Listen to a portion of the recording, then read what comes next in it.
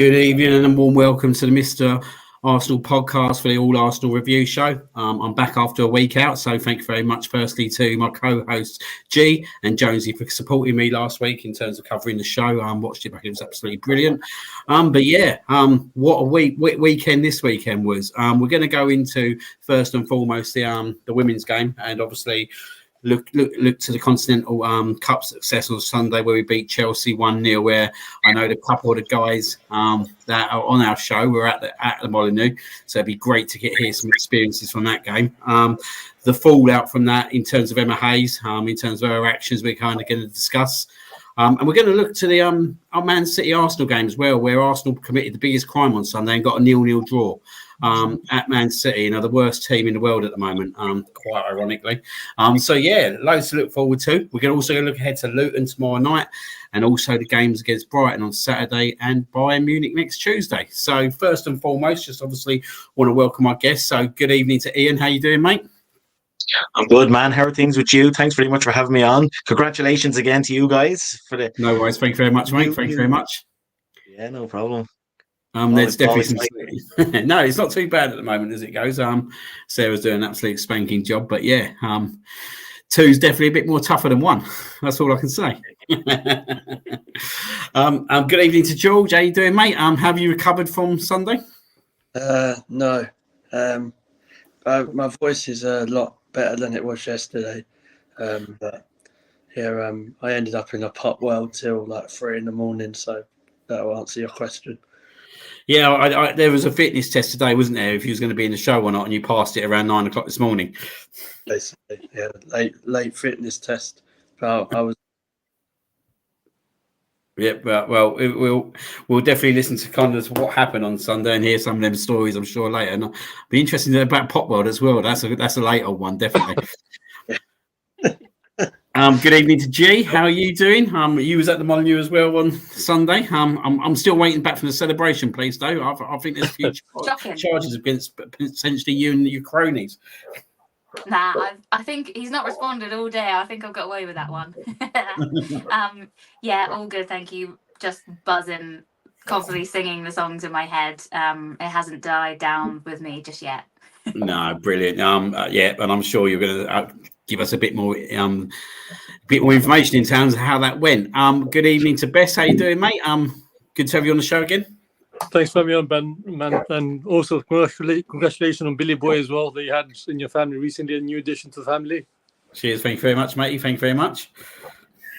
And good evening to the man himself, Mr. Bray. How you doing, mate? Recovering from Sunday? Good, mate. How you doing? All right? Yeah, not bad, mate. Not bad. Good. Good to be on. Good stuff. Right, so let's get in straight away. Obviously, Sunday was a massive one in terms of probably the biggest of the season if you look again with the men and women's game for Sunday. And obviously, as I said, we're going to kind of go into the women's game first and the Continental Cup success. Just going to go over to you first, G, as co-host. What was the atmosphere like in terms of obviously around Wolves before the game in terms and in the bars and pubs? I guess I'm sure you must have been in one of them, wasn't you? Unfortunately not. I didn't get there in time. Wow. Sunday travelling from down south, tucked in the corner is But cool. I got there just before 2. So the guys were in the pub, but then by that time we just wanted to get over there. But yeah, I mean, I can't fault Wolves at all. They had people at the station dressed up, telling us which way to go, which I've never seen before. And they were all like, welcome, have a good day, enjoy the game. Like proper, really friendly people outside the ground as well. Blaring the music, all different things going on.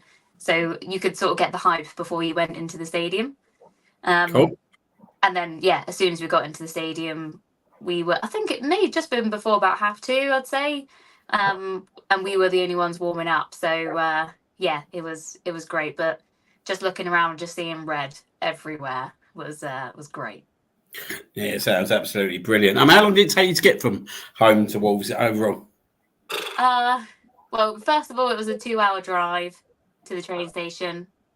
obviously being Sunday and Easter, I left a bit earlier as well. So I was there an hour before the train came, and then just over 2 hours on the train up to Birmingham itself, and then quickly change about 20 minutes for Wolves. So bit of a mission, but all went well, which was the most important thing. I was worrying all day, thinking, please just get me there. I don't want to miss. There's so many times I've had to travel up for like the women's games at 12:30, and I missed most of the first half against Chelsea at the Emirates because of the trains. So I was just like, get me there. Just get me there. Yeah, no, well, I'm glad you did get there, and obviously, massive applause for the effort to get there from where you come from. So, absolutely brilliant. Before we go over to George, just going to go into the comments quickly to just say some good evenings. Good evening to Mr. Sparks. How you doing? And also to Ryan as well.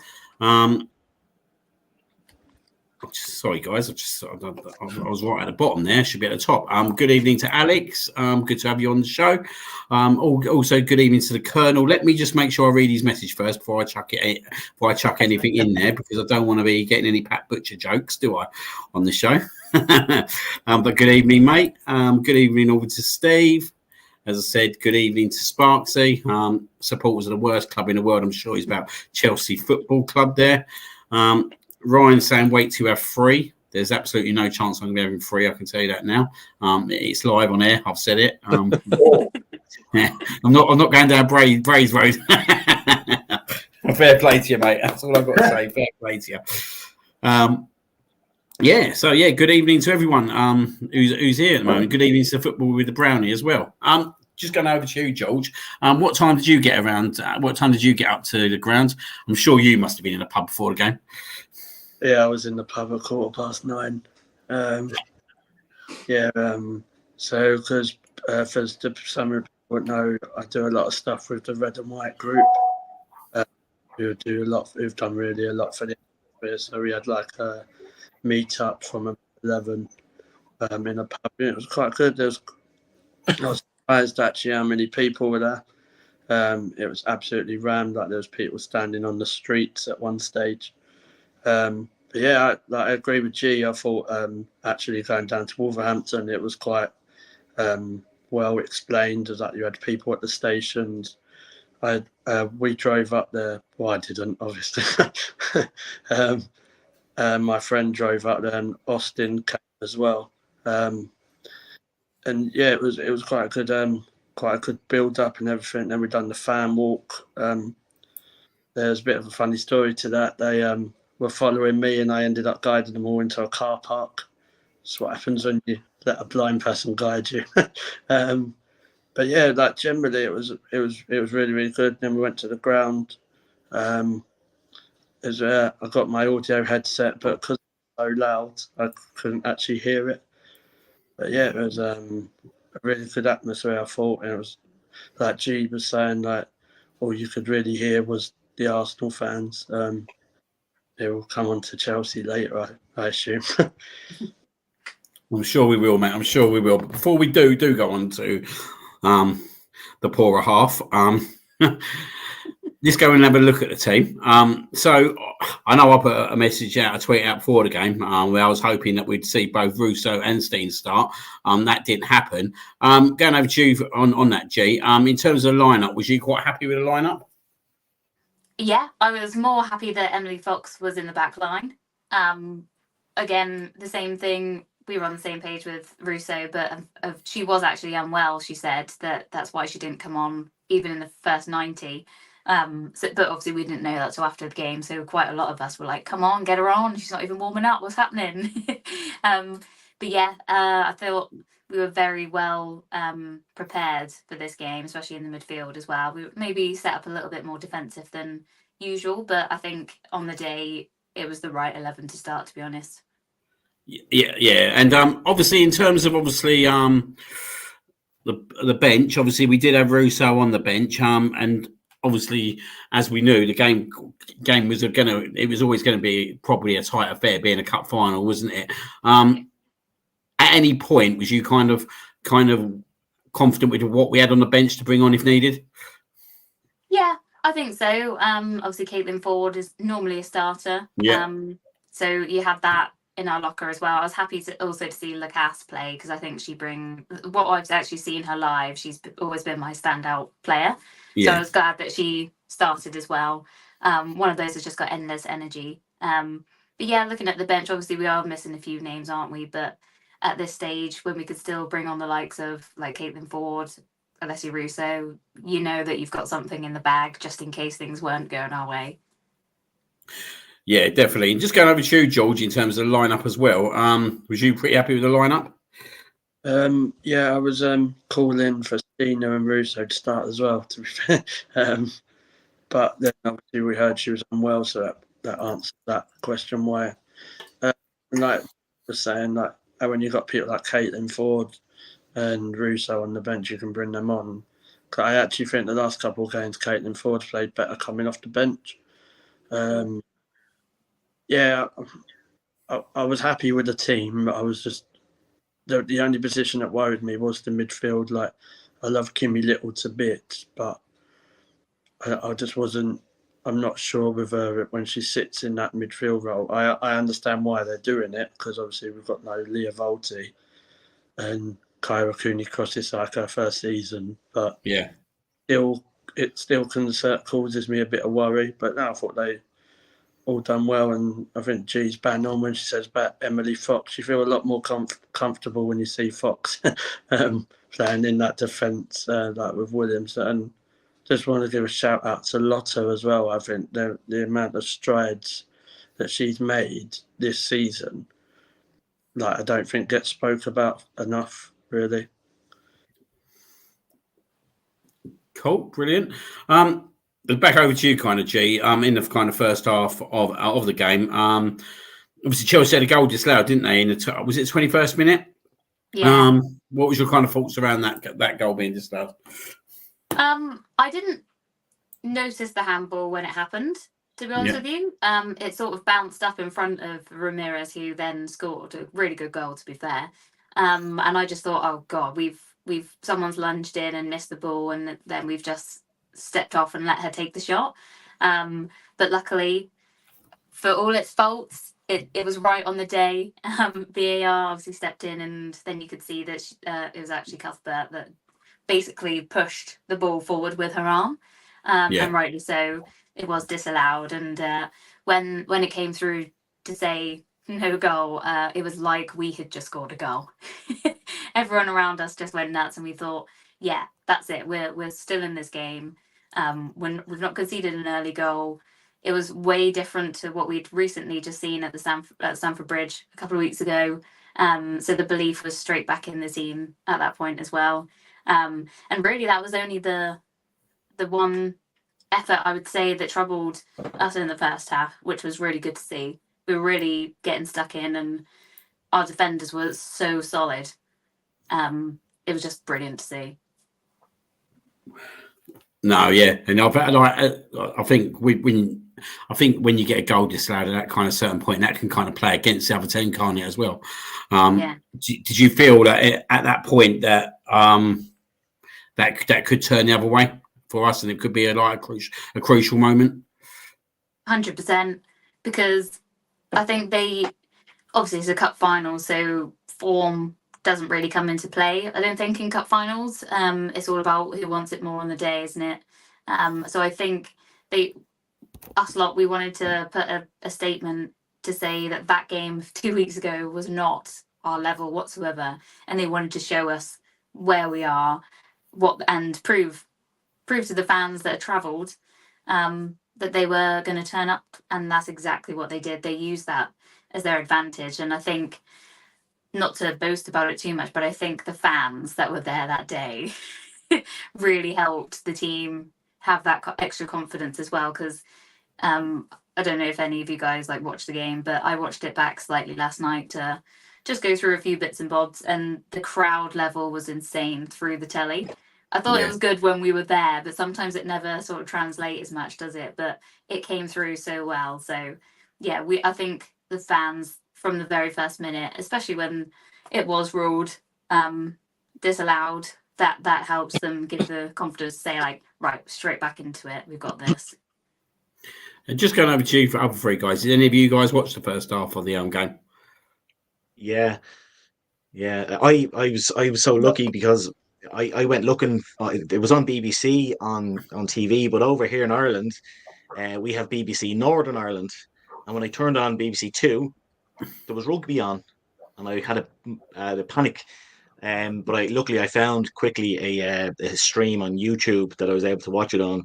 Because I was going crazy that I thought I was going to miss it, but yeah, I did watch. And you're right, G. It was the crowd really did come through. Like you couldn't tell that there were any Chelsea fans there at all, with the noise of the Arsenal fans. You guys did a great job, but yeah. All told, I thought it was a really enjoyable game. I thought we dominated, like all the big chances. I know. Well, to be fair, I know Chelsea did have some big chances, and I know we're going to get into them. But like, if you on the balance of play, I thought we more than deserved the win. More than deserved. And over to you, Bess. You've put your hand up. You obviously watched the first half as well. Yeah. What was your kind of thoughts on the game? I'm not gonna lie, I had to be patient because obviously getting nervous. I'm always watching the ladies. I was getting more eager to worry about the men's game, because I've seen the lineup. As soon as in the first I was wrapping up, I was like, please, Arsenal men's, just give me a good Easter inning, So I felt like it was like a crack of eggs, crack one egg, which in the women's one side, then wait for the men's 1 minute, crack the other egg. I was like, what do I do? I mean, I told my family, sorry guys, 40% I'm with you, but 60% I'm all Arsenal today. Sorry guys, It wasn't easy. I'm not gonna lie. First, I had to be very patient to deal with certain moments. In my view as well, I'm not here to VR too much, but thankfully it was used well, and it justified that. Look, they used the handball, and their goals ruled offside, which thankfully went our way. And then second half better as we get into it, but better second half. Yeah. I'm just going to go back over to you, G, with the second half.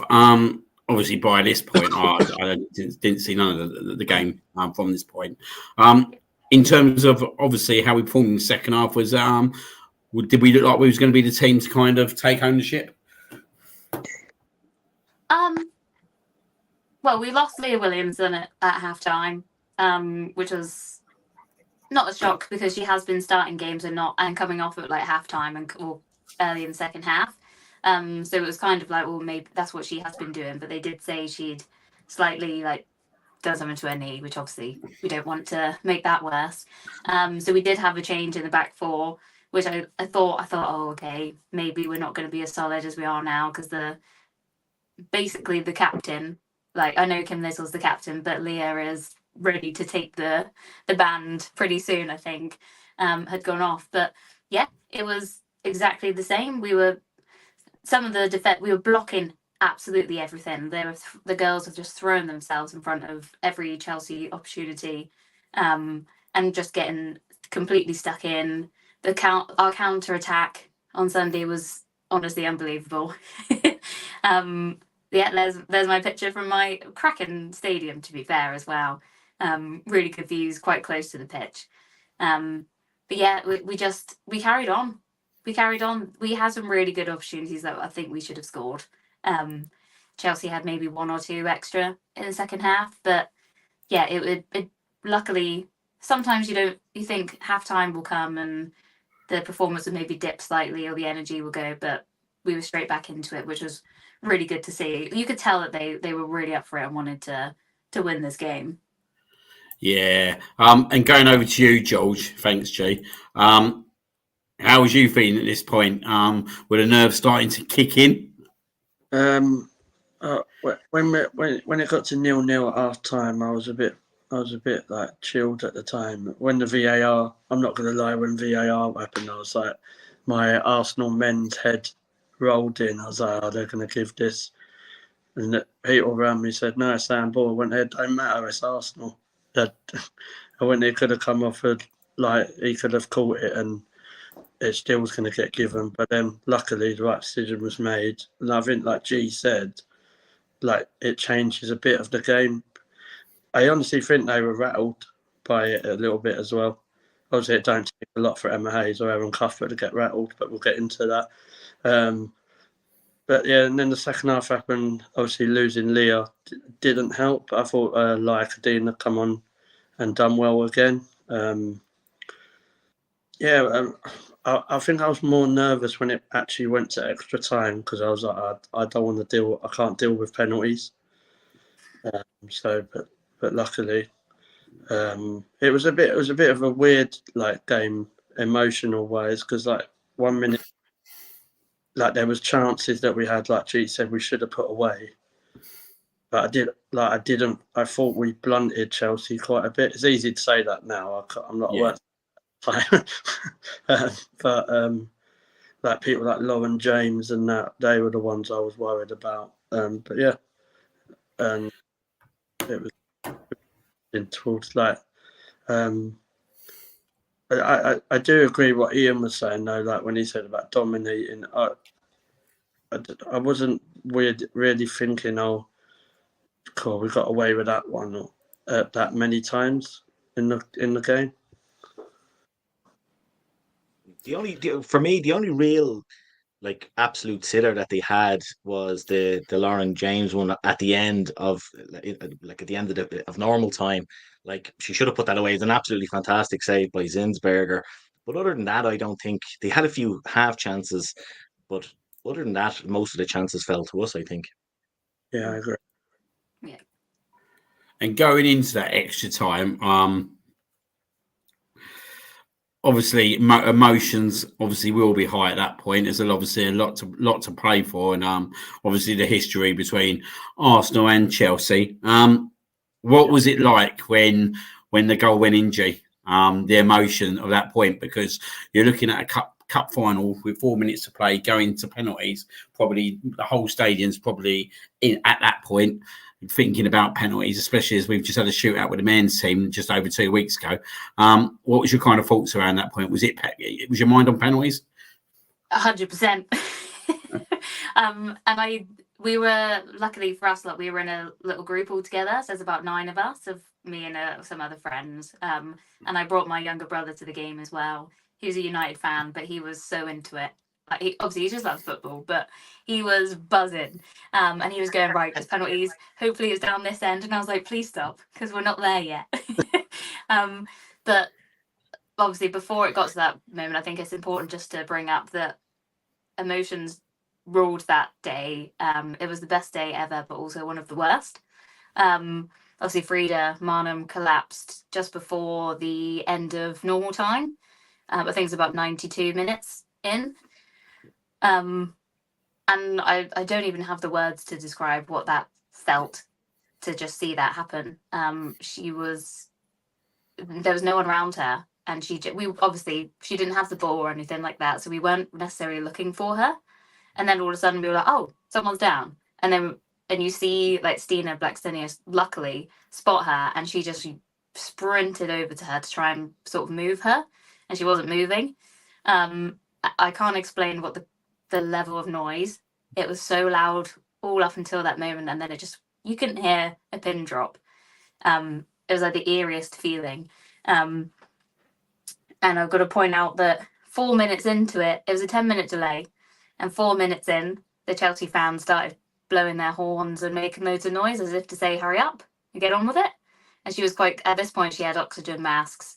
There was a stretcher, a hospital stretcher, actual paramedics on the pitch all around her. So I think that was pretty awful of them, to be honest. But yeah, so you can imagine at that point, obviously as fans, we didn't know what was happening, really. We obviously just went, and you kind of couldn't really get into it again. You felt bad for sort of cheering. It was a really weird couple of minutes. But apparently it had been translated to the players that she was okay, and they had been told what had actually happened. So they were then able to snap back into it and knew she was okay and not in a serious sort of situation, which I think helped. It was very well managed by us as the club, Jonas and everyone. And you could tell in the second half of extra time that they'd been given that information that she was okay, and that she was talking and everything. So you could then see the change in the players' sort of, not attitude, but their willingness to then go again. So I think the first half of extra time was a bit ropey from every point of view. So yeah, that was a real struggle. And then obviously 4 minutes before the end, Stina finally tucked one in, and I can honestly tell you, the place went bananas.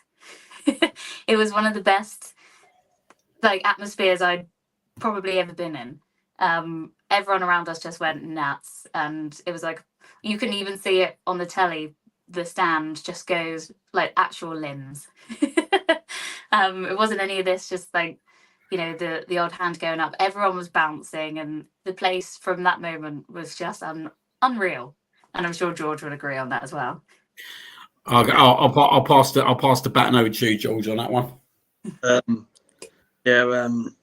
I agree with the stuff about Frida. G put it a lot more diplomatically than I did when I heard the air horn when it went off. So for those who know me, you can imagine what I was saying. I just think it was tasteless, and I just thought it was typical Chelsea. I know that. I'm not surprised, which is sad. Like, I'd like to think that 99% or even 100% of Arsenal fans, if that was a Chelsea player, would never do anything like that. At the end of the day, all I was worried about was that she was okay. And like G said, it was like obviously not being able to see it. So going from it from the audio point of view, it was absolutely like really loud, and then nothing. You heard nothing. Like it was quite eerie. I don't know if you agree, G. Like yeah, it like not like when like someone's up the other end. It's just the atmosphere like died down a bit. There was no atmosphere. There was no noise at all. So that put me a bit on edge, if I'm honest, as well. So, and then obviously it got through to the players that she was okay. And then I agree with the first half of extra time. It was ropey, but I think everyone was still in shock, really. So yeah, and then Stina scored. Oh mate, just to say, Austin's got a bruised back because I celebrated. Nearly went over the metal bar in front of me, smashed my knee off of it, turned around, grabbed him to stop myself falling, and he went halfway up the aisle. So it was literally limbs, yeah, literally. I don't like comparing the two, but from what I heard, what the Reece Nelson goal at Bournemouth was, I would compare it to levels along that, or if not even louder. I've never heard at a women's game that amount of noise with a goal. So I think it's just all the emotions come out. It was just an amazing moment. I am taking the assist for Stina's goal because I said she reminded me of Darwin Núñez about 2 seconds before she scored. Like there was sometimes she like has all these chances and then don't put them away. And then I was actually shocked with her record in the Conti Cup, like back to back. So it was probably, I'll put it up there. I thought it was probably the best women's game that I've ever been to, and that's bigger than the Euros final. And not just because we won, it's probably a big part of it's because I hate Chelsea. But yeah, and it's nice to see Emma Hayes crying, so why not? Well, we are going to go into Emma Hayes in a bit, but what I do want to do first, before we do any of kind of that, is kind of obviously take yourselves obviously to this moment and just kind of listen to the emotion after the game.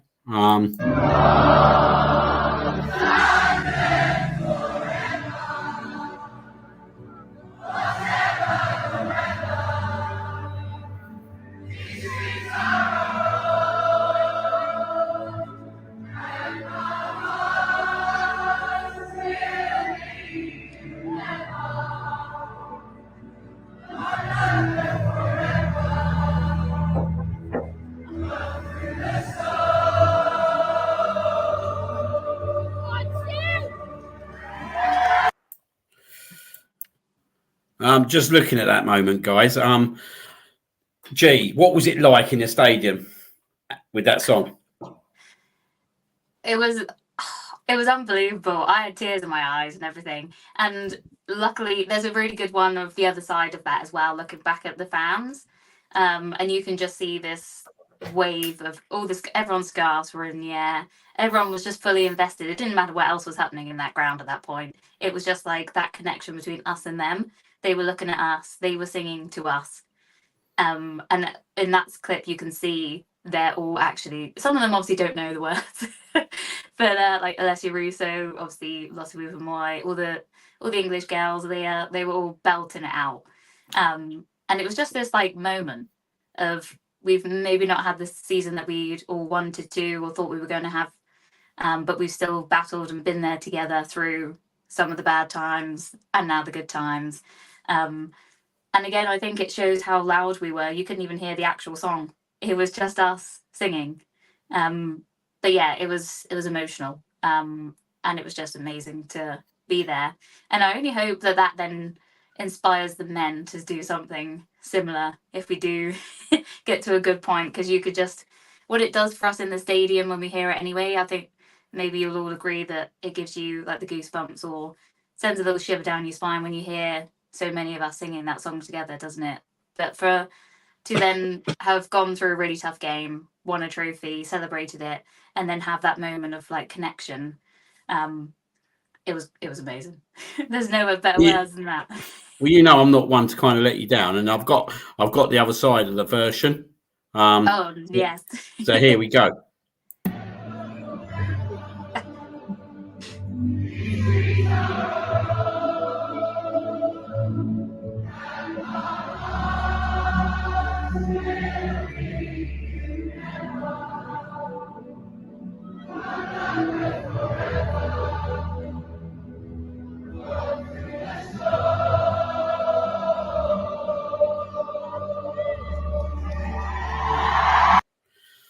I'm going to bring Bray in at this point.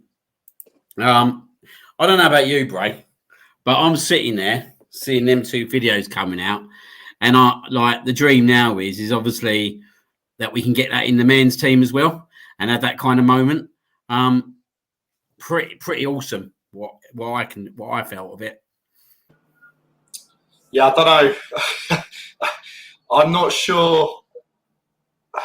I don't think we're going to get like the men really belting out classics. I don't know. Yeah, I think there'll be more kind of cheering and go. Obviously, just just being there and going around. I don't know. I think it's a big ask to get someone, even say like anyone that's kind of like a Gabriel. You want to get a Gabriel belting it out. Even Jesus on the bench was struggling, weren't he? So yeah, I don't know. It might be a few years for that one, but yeah, we're growing them young, so we're obviously getting them in early. So hopefully we can get them trained and ingrained. So yeah, no, but it's very touching and good, and a good moment for the bond between the women and the fans, especially in the ever increasing fan base for that format. So yeah, no, really good to see. Just going to go with you, George, on that as well, in terms of the bond between the players and the team, and what Bray's kind of just touched on there. In terms of the fan base itself, like I don't know if I'm being biased here, but I don't see a more passionate female fan base than Arsenal at the moment. Would you say that's correct? Yeah, 100%, mate. But I'm completely biased. So, no. On a serious note, so I've watched a couple of WSL games recently just to see, try and compare the difference, and even not even in a disrespectful way, even when we're at Meadow Park, which only holds I think something like 2,000 or 3,000. I might be wrong with that, but we sound like 100 times louder than some of these other grounds that have your 10s, 15, 20,000.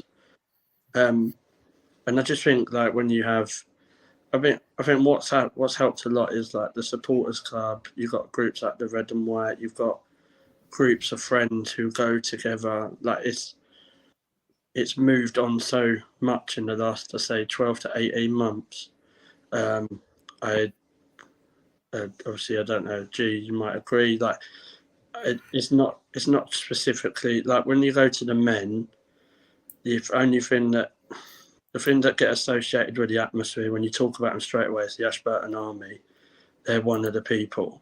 When you go to the women's, you don't have that. You have like loads of different groups of people that are there to make atmosphere and there to just enjoy football. So I do think it's grown quite well. I'd like to see North London Forever as Christmas number 1 though in this year. So it's hard to compare. The only thing that does annoy me from a negative point of view of it is when they talk about it on the TV. So the ones who watched it, I don't know if you heard it. They was like, "Oh, the Arsenal fan base has grown because of the Lionesses." I don't agree with that. I think it's helped, but I don't like. I think it's a bit harsh to say to the people that are going to build the atmosphere. Oh yeah, you're only doing it because how well the Lionesses are doing. There's quite a few fans that don't watch international football, so I just think from an Arsenal point of view, the connection that the fans and the players have. I don't see that with any other club. Like you don't like the one that it frustrates me, but it doesn't because obviously they're rivals. It's Chelsea. Like they're champions, and there's just no connection. Like there's not really any atmosphere. Like, and that's why for growth of women's football, you'd like to see a lot more teams doing what Arsenal are doing. Like could you imagine if you had like a Arsenal-Chelsea game with over 40,000 fans equalled out, like singing and just getting back behind the team. But I definitely think like we're leading the way with it. We're definitely 100% leading the way, and I think them end scenes kind of show that and prove that. And I think the connection between the team and the team and the fans is absolute there. And I think that has been pretty much a model that kind of Arsenal have been kind of developing across the board within the club. And I think it needs to be kind of applauded in terms of how that's kind of going for both the men's and women's game. We're going to talk about the elephant in the room now. Which is obviously the incident between Jonas and Emma Hayes. Obviously, I've had my kind of say, and we won't. I'm not going to say any more. I'm going to kind of let you guys have your kind of thoughts. So I'm going to go around the room on this one. I'm going to go to you, Ian, first on this because obviously it has left a bit massive sour taste in terms of obviously the cup final and the aftermath of it, and especially when we had an injury like we did. That the actual big talking point was Emma Hayes and Jonas incident. What's your kind of thoughts on it? You know, Emma Hayes, or as I like to call her, grot bags. We know there's no love lost between her and Jonas, you know, and we know Jonas is no angel as well. But I mean, how foolish was she? Because as you said, that has now become the talking point. She fell hook, line, and sinker into that. And number one, to act that way in anyway, regardless of what went on, was so poor.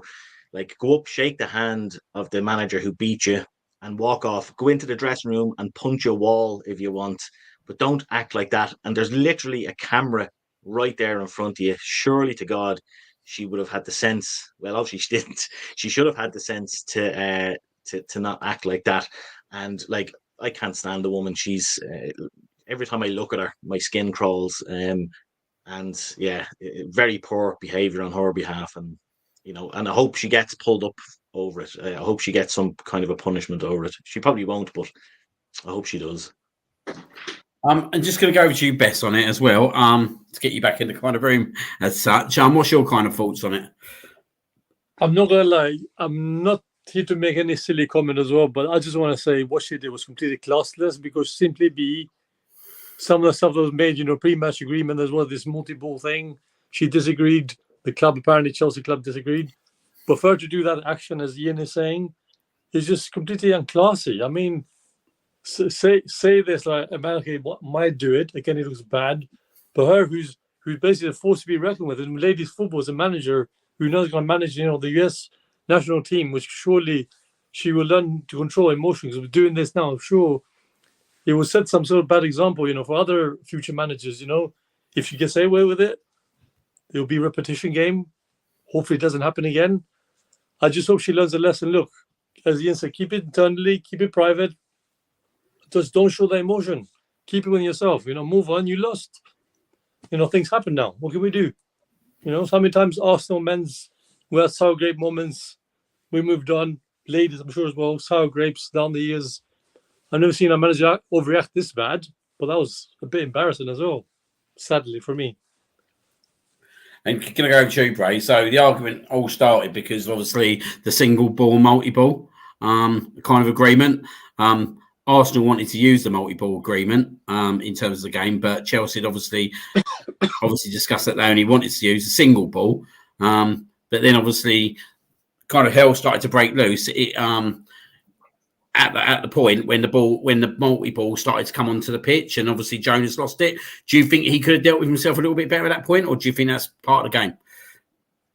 I think probably it's part of the game, probably a bit both, really. I suppose. Do you think of the heat of the moment, and you think there's such a lot at stake, being a final against a team that you haven't really had the best of through the season? Yeah, I suppose you would, wouldn't you? I think it's just you get caught up in it, and it's easy to get caught up in those kind of things. We saw it in in that home game last season, wasn't it? Where they kicked off first of all, and it's so easily done just in that small kind of area, and you just think it's one of those. I think it's this heat of the moment. It's the size of the task at hand, and look, she doesn't like losing, but again, show me a good loser at the end of the day. But that's it. It's it's one of those. But yeah, she needs to just kind of be a bit more respectful when she does lose. Obviously, she doesn't lose quite a lot, but again, turn it round to the other way. If it was a shove from the other side, then there's big things to be said the other way around. But yeah, again, see at the moment, but they should be savvy enough to know that there's cameras everywhere, right up in front of your face. Just act with dignity and just get on with it. I think as Ian said, like, she felt kind of hook, line, sinker to it, didn't she? And I'm going to go to you, G, with this question because I think it's the right question to ask yourself. In terms of obviously Emma Hayes' kind of comments after around, and I'm going to put this in a different perspective, if I'm going to be totally honest with you, because it's something I've been thinking about over the last 24 hours. Obviously, she's come out and she said that she felt that there was male aggression on the sideline. Does this put the ladies' game into a really delicate area for you? Because someone like Jonas now, will he have to kind of watch himself in terms of future activity because this comment has now been raised?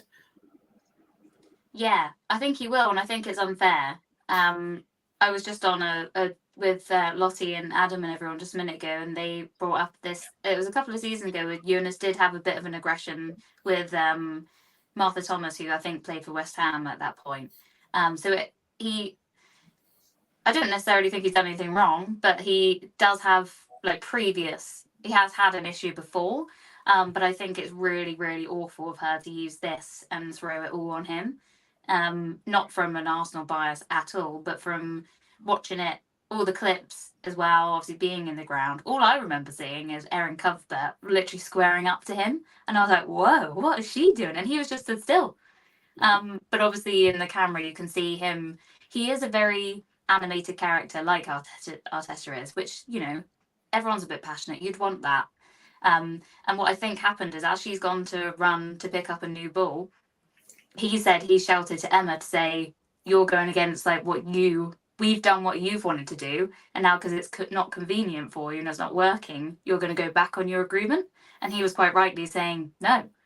But you can see him sort of flapping his arms around, shouting or whatever, which I think is fine. And then Cuthbert runs up, literally not obviously right up to him, but you can see her going for him, and then and he's just stood still, okay. But I think what she's, again, in the ground, we were sort of saying to each other, because it was going around, obviously, that she's pushed him, and we were like, wait for the conference because she's going to say something. Last year, she said that because we'd won, she said that we weren't used to winning trophies, so we'll let them have their day. Couldn't take the loss. And again, I think it's just shown how much of a sore loser she is, which I think is worse than being a good winner and a serial winner of what she is. Because she's, as Ian said, she's sort of taken this moment off us for winning and retaining a cup for a pretty disappointing season. Obviously, what's happened with Frida, there's no mention of I hope she's doing well. It's all about her, and he's aggressive to me, and I think that puts a really awful picture out there to people that may actually be suffering the consequences of male aggression within the sport. We've seen the Leicester manager recently got sacked last week for an inappropriate relationship with a player. And you just think that's not her level to be coming out and accusing something where he has not done anything wrong, in my eyes. Even when he's gone to shake a hand, she's pushed him. He's not retaliated at all. He's just looked and gone, okay, whatever, and carried on walking. Yet you can see her in the background also still just trying to get him to bite by shouting at him. So I just think that she's just thinking, how can I make this about me still, and used a really awful example. But she's also done the same thing 2 weeks ago by calling out player relationships and offended half of her own team. So it doesn't really surprise me anymore. But what I will say is I think Jonas handled himself very well, and he deserves a lot of credit for not getting involved. I don't think he's going to go and do anything to her. I don't think he's that way at all. But he hasn't sort of retaliated verbally or anything in his interview. He just explained his side and went, we move. So I think he's handled himself really well. And I just hope that once she's gone, we can get all this stupidness out of the game because it's not necessary. It was a great day and it was very heavily overshadowed because of it. Yeah, no, I think I totally agree with a lot like you've kind of said there. Like, first of all, the game should be what we're discussing about at the end of full time. When it's a cup final, it should be about the team that's won the cup final and how they've won it. And I think, like you said, like the injury has obviously happened as well, and like the girls have come over 40 odds, to be honest, in terms of going through that moment, but still coming out the other side to obviously win the game. I think before I go to you, George, I think for myself, I just think it was the way she pushed him as well. Like, don't get me wrong, it weren't nothing that was gonna hurt him of such, but it was just very disrespectful in my opinion, the way she pushed him. And don't get me wrong, I totally understand that emotions can get on high on the sidelines. There is a part of me that does worry about this, though, if I'm being totally honest, because I think obviously we are talking about the ladies' game. It's a little bit of a delicate area if this situation arises, and I do think it kind of puts Jonas in a bit of a delicate situation, potentially moving forward if he's on the sideline again and it can be raised again. And I think that's something that Arsenal will need to go into review with himself in terms of how he kind of manages that. But I think, like you said, I think the way he managed it and the way he came out after in his press conference was kind of first class, and I think he dealt with it really well. Just going to go to you, George, now, because I know you've got quite a bit in terms of obviously what we discussed around it. Are you surprised by Emma Hayes' reaction at full time? No, mate, she's a sore loser. I think she's bitter, mate, from years ago, like when I think she was like a coach at Arsenal before she went, and that's the only chance she's going to win the quadruple now doing that, because we ruined that one. But last season in the cup, like G was saying, how she was, her comments then, she took her players and coaching staff all the way down to the tunnel there to be dragged out to get their losers medals. She makes all these comments, like she mentioned about the player relationship thing a couple of weeks ago. I just think it's classless from her. Instead of people talking about like how great she's been as a manager, all people really know her, but like obviously they know her that she's a great manager, but she's let herself down. Just by basically throwing her toys out the pram. And people that know me know I've been critical of Jonas in the past, but in this sense, I don't think he actually really done that much wrong. At the end of the day, she wanted the one ball system, and then she decided to change it when it suits her. And people like Erin Cuthbert doing what she done as well. Her Emma Hayes' mentality rubs off on players because she's the manager, so they're probably looking and thinking, "Oh, hold on a minute. If Emma Hayes can do it, why not?" I'm trying to be as polite as I can about Emma Hayes, but the only thing I will say, is if that was the other way round, I don't think Jonas would be Arsenal manager now. I think it's a very interesting kind of topic, and I think it's one that I hope we don't kind of get to see again, because I don't think it needs to. It doesn't need to be implemented into the game at the moment. There's so many positive and good things going on with the ladies' game that we should. What I would like to see moving forward is that we kind of concentrate on that. Obviously, Emma Hayes does leave at the end of the season, so that will be the last time for a long while that kind of Jonas and Emma Hayes will kind of match up to each other. So that's probably a positive thing. Just obviously, lastly, G, before I go into the Arsenal men's section, do you think Emma Hayes, because we do have to say what an unbelievable job she has done at Chelsea over the years, potentially she's going to win another title this year. Do we think that she's going to be a big loss to the WSL? Yeah, I think so. Just because we don't like her, it doesn't mean we can't appreciate what she's done for the game before these last couple of years. And obviously she's going into one of the biggest jobs in international football as well. So we are going to still see her when it comes to World Cup type of things. She's going to be coaching one of our players as well. So she's still going to be massively involved in the game in a different way. But I think it's also then time for the league to grow. Because obviously she's been there for so long. And yes, they're sort of in their Man City era, shall we say, at the moment, where everything they touch turns to gold. Even if it players you haven't heard of turn out to be perfect when they're in the team and they're winning everything, they're not really being challenged. So I think it will help the WSL become that more competitive. And obviously we've got Chelsea and City going for it at the moment. We're no longer part of the league. Really, I can't see it happening. But I think it would just give a breath of fresh air, someone new to come in, maybe from a different country, bring more interest into the team. Hopefully, like George said, get Chelsea to get more fans to start turning up and make these games. Because I got to say, we obviously had our dedicated stand behind the goal for Arsenal, but the whole right side, so on the telly you're looking, that whole stand that goes across, that was all Arsenal. When the goal went in, that place was bouncing as well, and they couldn't even fill their bottom section of their one stand, which is funny for us to look at. We were like, they brought no one here. But when you think about what that could have brought in with the chants back and forth, or getting stuck in like you do at a proper game where it's full of fans, I think that will hopefully then take it to the next step for Chelsea and just keep growing the game. But what I will say as well is I think that she should be punished in some aspect for it, because we all know it would have happened the other way around. Everything would have blown up way more than it did. And I don't think it's fair that she could just get away with doing that.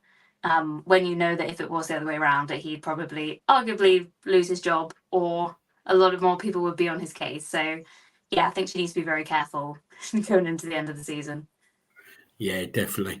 Well, obviously, congratulations to the ladies' team. Obviously, an incredible afternoon. It sounds like for both of you guys who were there. Some brilliant emotions seen as we've seen on the show.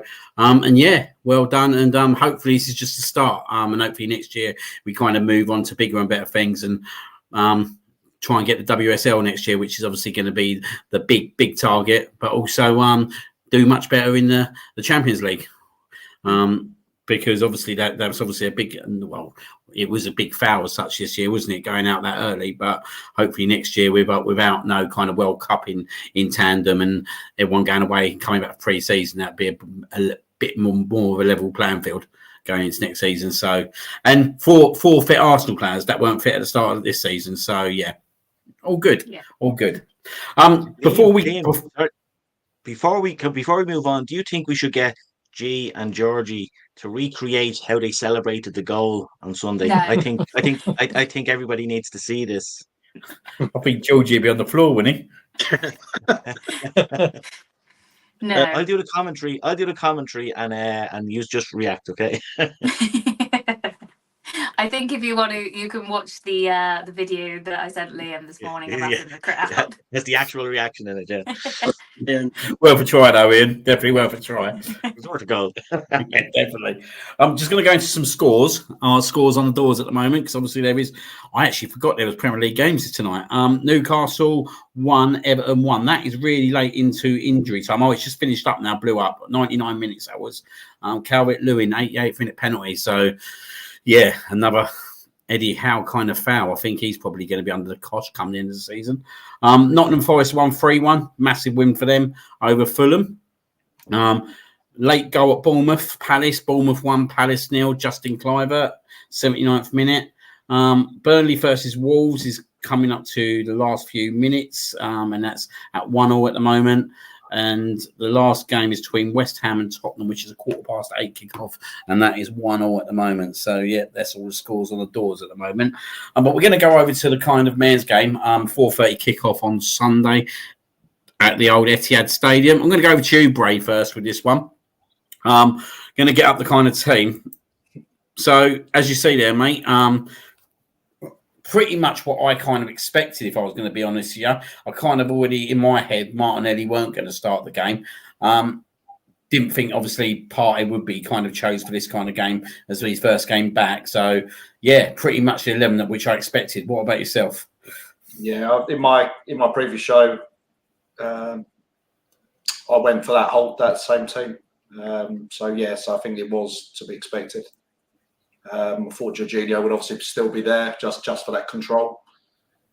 And yeah, Jesus on the left, but I felt that we weren't going to see Martinelli because it was just so quiet about him all the way through. Whether or not that was keeping everything close to chest and just literally just maybe throw a surprise, I don't know, but. Yeah, that was my reasoning why. Yeah, but the team wise, yeah, it was as I expected. Just going to say a bit hellos, which obviously have come in recently. Good evening to Hawkwind. Hope you're doing well, mate. Good evening to BX Gunner. Good evening to Mark. Hey, good to see you on here, mate. Good evening to Mr. DWTT himself. Hope you're doing well, mate. I hope you're getting ready and looking forward to the Emma Hayes era. Managing that USA team. Swallow that one up, mate. And good evening to Mr. Morgan himself. It was a pretty standard team that I kind of expected, as I said previously, Ian. Was there any temptation for you to kind of maybe bring in a Thomas Partey? Or do you think that could potentially happen tomorrow night? Yeah, I did wonder about Jorginho in this game. I know he's been excellent in these like high profile games, and he's been excellent in them. But I did wonder if the City game would be a bridge too far from. But if you were to say if Partey was fully fit and firing on all cylinders, I reckon Partey would have started. But I don't think he was ready to start a game of this. So I think Jorginho probably was the correct one to go for. You could have argued to put Rice back there and maybe put Havertz in the 8, but no, I think it was just about right, and it was great to get Partey on for minutes as well. And I think there is a good chance he'll start against Luton. I don't think Partey has 90 minutes in him, but he certainly has 60 probably now in him. Or at least a half anyway, 45 minutes. So yeah, I wouldn't be surprised to see Partey start tomorrow. And going over to you, Bess, Jesus on the left. How do you think he did on Sunday, first and foremost? Because he had two, I wouldn't say fantastic opportunities, but two fairly good opportunities, I'd say. Definitely a department in his game which needs to be greatly improved for myself. he looked lively. I'm gonna lie, he looked lively. But the only sad part was just like the talent best. I was just thinking, just be patient, son. Just be patient. Like even if he has to pass the ball to a teammate, I mean, just pass it in. Like yes, he did all the intricate plays. Sorry, he did all the skills. He cut in wide because obviously he cut in a bit more wide again and a bit to the middle. But I'm thinking, just pass it to a midfielder. Maybe he just go from distance. The likes of Declan Rice can shoot from distance. We know that he can do it. Nothing against Jesus person. He's delivered for us the last 12 months he's been in the club. When we need him, he's been there for us. I just would have hoped that he just next time, and I said in the podcast I did with Bray on Sunday, I just said that I just hope he doesn't get caught in two minds next time. Just either just shoot or just pass, Just do that magical last minute decision or just decide yes to pass or either just shoot, just do something. Yeah, it's it was definitely one of them games, weren't it, Bray? We kind of knew it was going to be like a very tactical game. We knew that, like Beth said, there was going to need to be a lot of patience in terms of that game. We see what happened at the Emirates and how patient we had to be in that game. And it was pretty much the same story, apart from that they had the possession this time and we didn't. Yeah. But I say, look, we know how possession don't really go. It doesn't really win matches or anything. You know what I mean? It's what you do with it. Going back to those chances, just with Jesus, and you're suddenly thinking, just one of those chances that kind of come his way throughout the whole game, you're suddenly like thinking it's a job well done. But they play. Look. They'll always keep the ball, won't they? And again, we've got the anti-football flag above us now.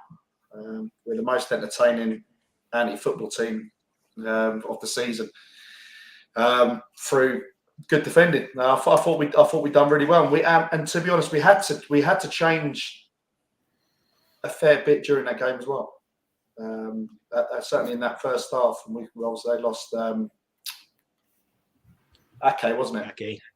Yeah. So again, that through their kind of setup and how they were trying to build up play, and that's the big thing, was how they were obviously building up from the back. Obviously how they like to play, and every time it was the midfield kind of just swapping around, and you'd have Kovacic ducking in a little bit deeper.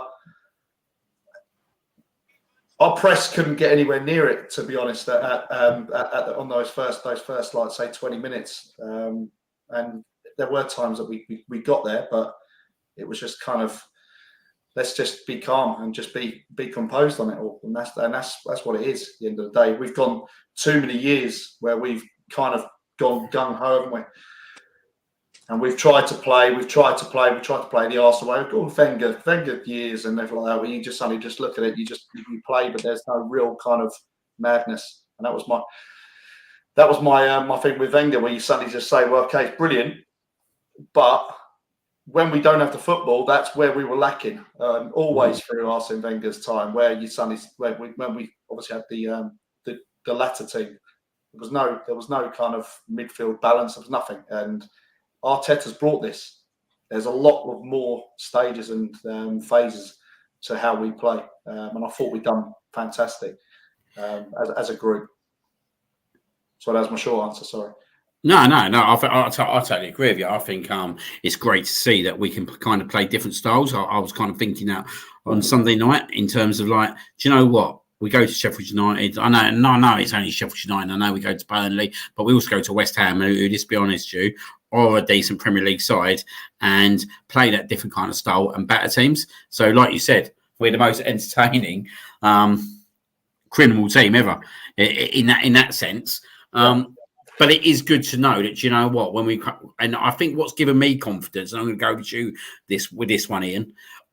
I'm not thinking about the Man City game, if I'm being honest, yeah. I'm thinking ahead to potentially when we've got to go away to Bayern Munich and we're winning potentially by a single goal or two goals, and we've got to go and set up like we did against Manchester City. That performance at Man City gives me confidence now that we can go to Bayern Munich and shut up shop, and we're not going to get rolled over.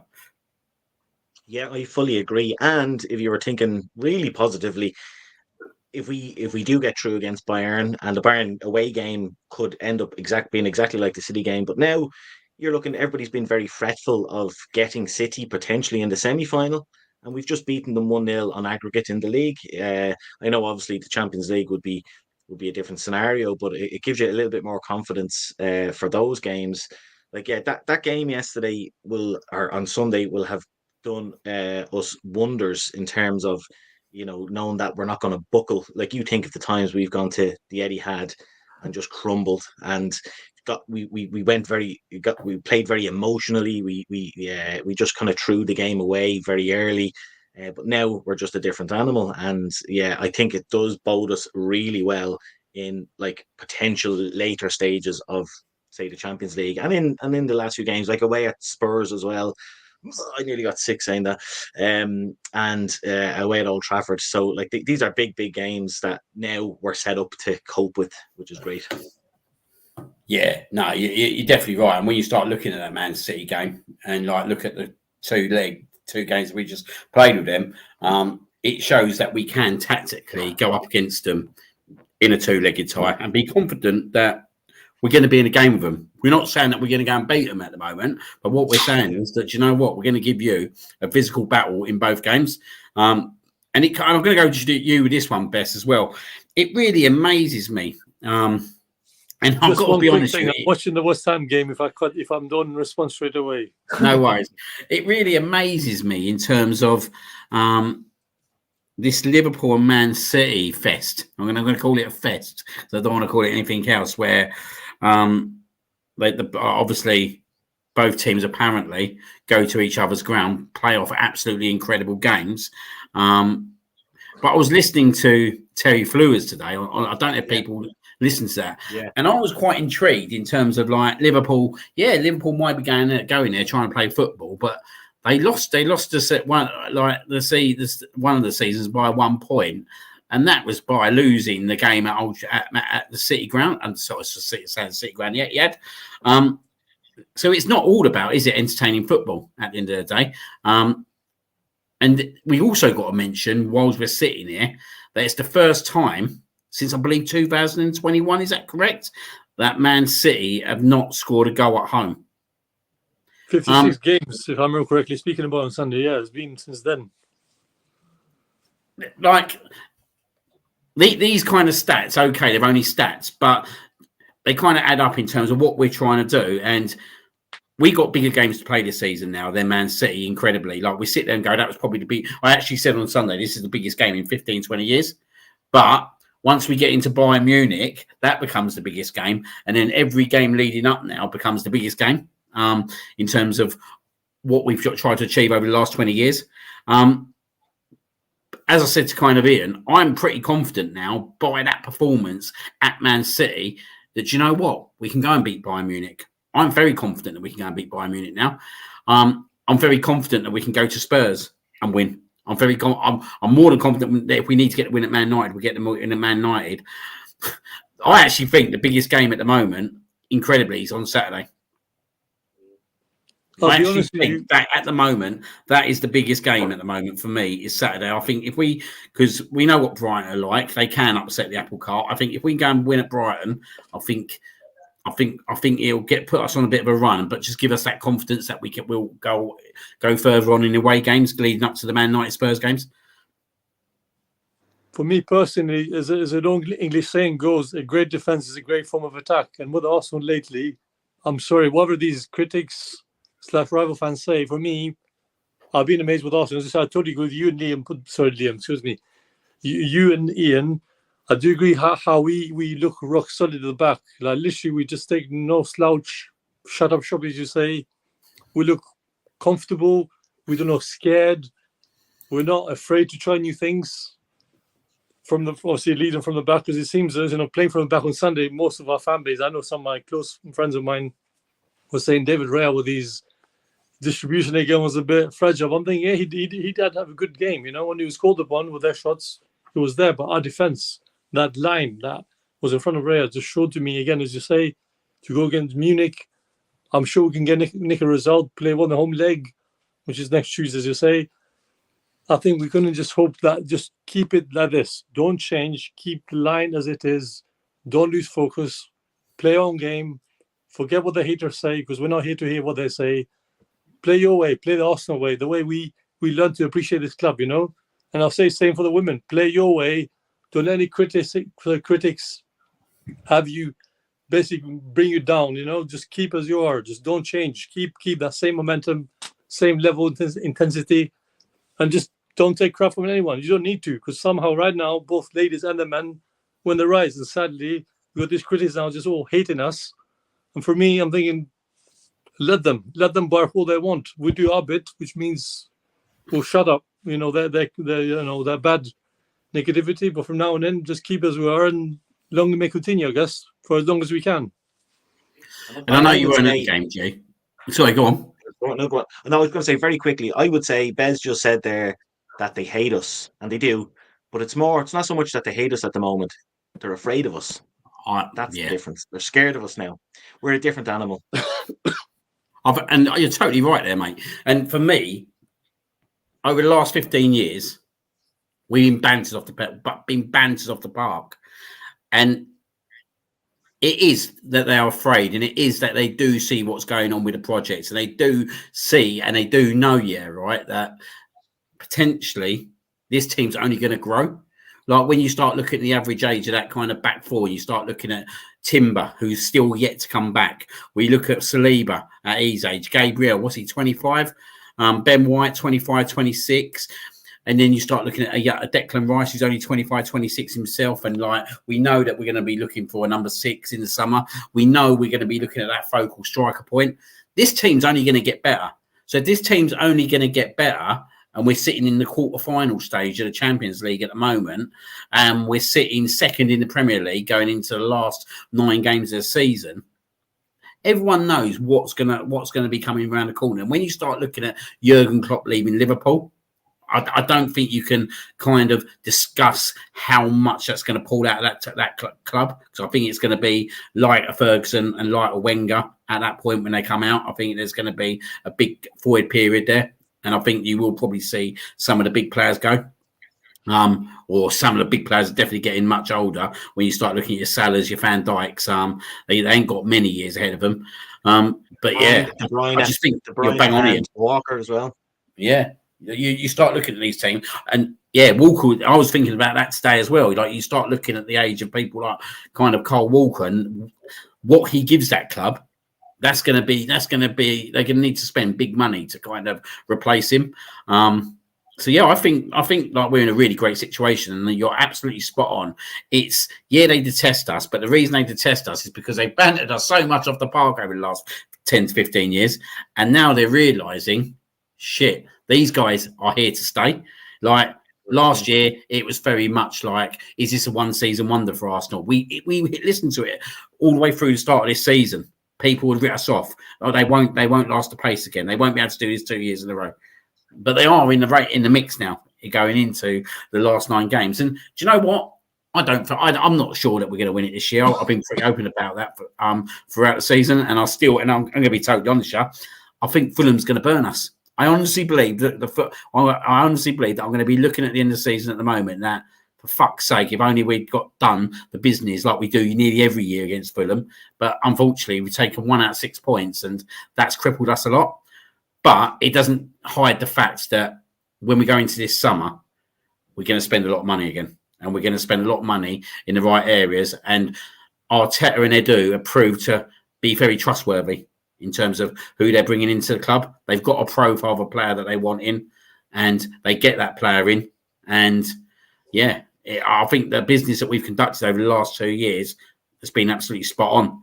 And I've been on shows where I've given Edu a lot of grief prior to that, but you've got to admit, G, that we are getting it right now. We're getting it totally right on the transfer front, but also we're getting it right on the pitch tactically. Yeah, exactly. And we've been on one of the first shows we ever did together was when we got battered against City, didn't we? Me and Jonesy came on here and did a show. And you think back to, I think that was maybe 2021, maybe 2020, I'm not sure. You think back to then, and obviously everything that happened with the Super League and how disconnected we all were with the club at that point, and to see where it is now, to have faith in the transfers that we're making, because we have seen some of them in the earlier stages of Arteta. You come in like your Tavares, you think, why has that happened? They're basically out the door before they've even done anything for us. But then you look into it of the growth of what they did to Saliba, sending him out on loan, and us thinking we'll never see the boy play for us. And now he's the first, one of the arguably the first name on the team sheet, isn't he? And just to see, these things do take time, and of course we want things to be perfect straight away, don't we? And that's not what life is. I'd much rather have this process, what we're going through, and have gone through some rougher times, but stuck with it, and then got to where we are now. Especially after last summer as well, I think that really changed my mind of how backed we are in the amount of money that we spent for Declan Rice. Like, I could never see us. I thought he was going to City all day long when it went that high. But to see them actually have faith in it and support us and support Arteta and Edu of what they wanted and achieve it, I mean, it makes you more excited going into the next window, doesn't it? Of what, and some of the names that you're already seeing flying around, aren't you? You're not thinking, oh God, I don't really fancy them. You're thinking, yes, like these are these 3 players, and we could have all of them, or we would want all of them. So yeah, it's obviously really, really, really good to see. And our team, we're so connected to them as well now, aren't we? There isn't a few players where we think, oh God, can't wait for them. Maybe Cedric, but yeah, we're on board with it, aren't we? And then we also understand now that some of the players are going to have to move on, no matter what we feel for them, whether that's Hale End or other players that we've just loved for a couple of years. We're actually going to be moving those on in order to gain better players. So I think it's really good. That's a way of showing how much we've grown. And again, I think that's why everyone was going so nuts for the whole 0-0 the other day, because they just wanted to see us get battered, because that's what they want. They want to see not going to mention their name, but that YouTube channel go crazy and get their views and everything. That's what they associate with us. And whereas now they have to sort of still put the negativity on us, when actually that is a huge result. Even considering last season, I've said it before, we fell apart then, and that's where it all crumbled. To then go there and, yeah, it might have been a boring game, but that just shows the growth, doesn't it? Of where we actually are now. With a fully fit team as well, what we can actually achieve, and hopefully going forward, that will step us over the line to make even more changes and improvements going forward. Yeah, no, I think obviously great points raised there. One of your best points that you raised was I had the Man City game. Was it 3-2 3 seasons ago now, wasn't it? Where I think it was one of our first ever shows together. Yeah, it was Man City. It was when Shaq got sent off. Yeah, Shaq got sent off after 10 minutes. Yeah. 5-0. Yeah, 5-0. It was a sore old day, mate. It was a sore old day. I was in Cornwall on the in a beach hut on Perranporth, and I was in the dream. It was a lunchtime game, wasn't it? Yeah. Yeah. So there's me drinking some Rattler cider and 10 pints probably later on. I'm obviously watching the game with a family from Manchester. Awful. Some were horrible, just horrendous. You couldn't have a chat about football, and then the older ones were you could actually have a chat and actually talk, and they'd be a bit more open, because it was Arteta as well, the start of Arteta as well at that point, and it was like you'd actually had a conversation about him and what he'd done over there. So, yeah, sore memories for me as well. Very much so. But it was the start of a great era. And it was it's quite funny. It is quite funny because that was a turnaround, wasn't it? We went into an international break. Ramsdale come in, and we started winning a few games. And if I remember right, we beat the old Spurs 3 games later, and that was a great day. Absolutely brilliant day. That was that Sunday. Back into the kind of game, and I'm going to go back over to you, kind of Bray, in terms of William Saliba, and I know kind of G's kind of touched on him.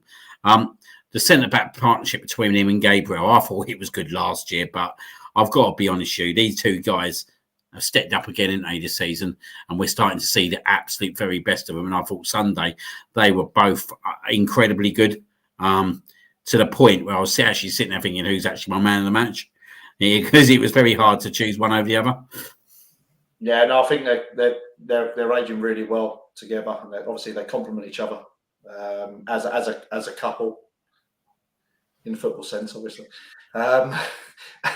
But I think they've got qualities there, but I also think there's obviously massive thing on the side of them as well, and we seem to be playing with a lot more control and a lot more of not so much a plan. There was a plan last season, but I think they were at times a little bit ragged, just with that inverted left back kind of coming in, and Gabriel was kind of pushing over a bit more wider last season. Yeah, and I think you're just seeing it a bit more solid just across the whole group.